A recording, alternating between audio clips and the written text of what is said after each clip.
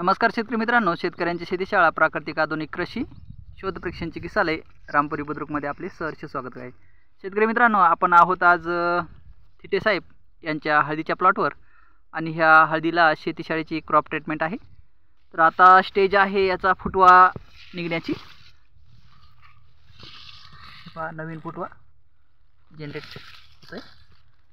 तर जो करप्यासाठी जे शेतकरी ग्रस्त आहेत त्यासाठी काय सोल्यूशन आहे, तर करपा पहिली स्टेज कुठं असते? फुटव्यावर असते। फुटव्याचा जर समजा शेंडा तुम्हाला डॅमेज दिसला तर तिथं डंक मारलेला असतो किंवा पेस्टनं चाटलेलं असतं ते, तर तिथं तुम्हाला तिथं लागण होत असते करप्याची। तर ते तुम्ही पहा, अगोदर शेंडे फुटव्याचे शेंडे हे तर तुमचं क्लिअर आहे का? हे पहा, हे क्लिअर आहे आमचं। तुमच्या प्लॉटमध्ये जाऊन पहा काय प्रॉब्लेम आहे ते तुम्हाला लगेच समजेल।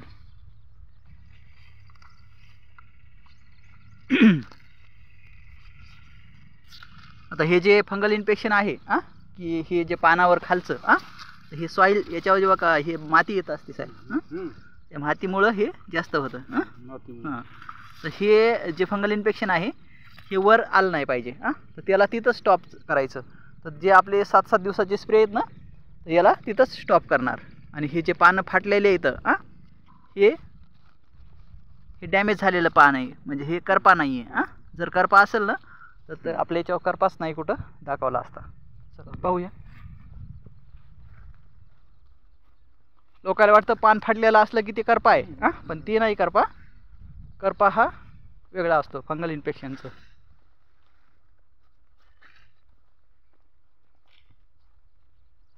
हे करवंदाचं झाड आहे।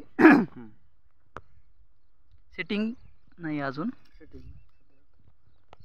पाण्यामुळे त्याला ऊन नाही ना, त्याच्यामुळे पाण्यामुळे पिवळं पडलं ते। सेटिंग आता उन्हाळ्यात चालू आहे। जानेवारी फेब्रुवारी सेटिंग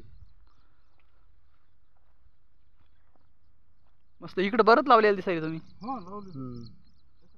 ठीक आहे, अद्रक लावली का सर? हां, ती अद्रक आहे। छान आहे।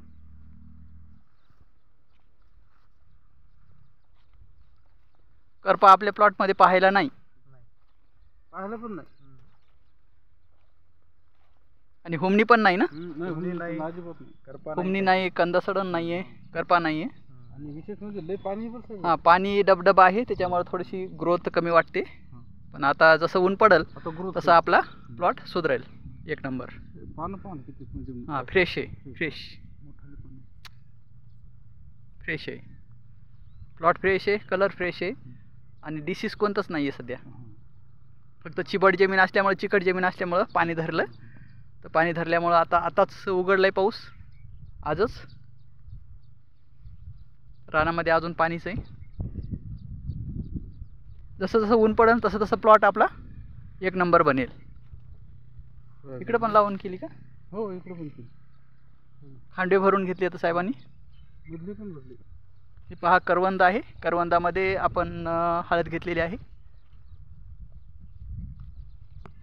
हे पहा, खांडवे भरले। तर जिथं समजा जास्त फुटवे निघाले आहेत तिथले फुटवे काढून, जिथं समजा खांडवे आहेत म्हणजे तूट आहे तिथं ही तूट अशी भरून घ्या, म्हणजे जेणेकरून तुम्हाला पूर्ण क्रॉपमध्ये चारी कोपरे सारखे प्लॉट होईल। आणि चारी कोपरे सारखा जर प्लॉट झाला तर उत्पादन भरघोस आणि दर्जेदार मिळेल।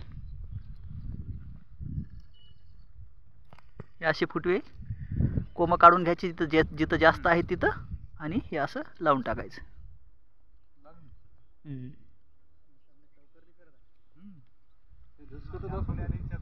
हां, बिना कल्टिवेशन शेती आहे ही। हे पहा, तुरीची धसकट जशी आली तशी। तूर आपण बेडवर लावली होती गेल्या वर्षीची तूर, आणि त्याच बेडवर आपण हळद घेतलेली। बिना कल्टिवेशन शेती। ही करवंद आहे, करवंदामध्येच तूर होती, आणि तूरची धसकट न काढता आपण त्याच बेडवर हळद लावलेली आहे। तर असं एक नंबर इथं प्लॉट डेव्हलप झालेला आहे देवराव थिटे सरांचा। ज्यांनाही पाहायचा आहे प्लॉट त्यांनी वटकळीला यावं। वटकळी पाटीवर हॉटेल आहे आणि हॉटेलच्या पाठीमागच सरांचं शेत आहे, तिथं तुम्हाला प्लॉट पाहायला मिळेल. बिना कल्टिवेशन शेती आणि अशी चिबड जमीन आहे. पहा पाणी वाहिलं आहे अजून. त्या चिबड जमिनीमध्ये आमचा प्लॉट एक नंबर उभा आहे.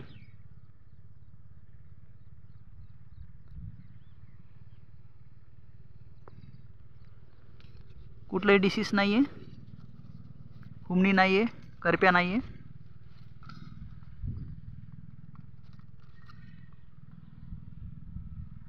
रासायनिक खत एक पण डोस नाही आहे याला. टोटल ऑर्गॅनिकवर आहे. मस्त.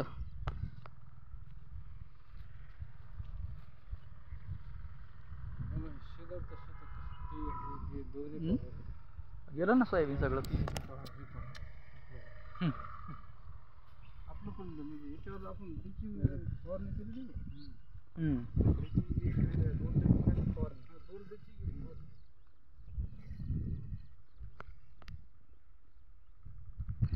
थँक्यू मित्रांनो. Wish you all the best.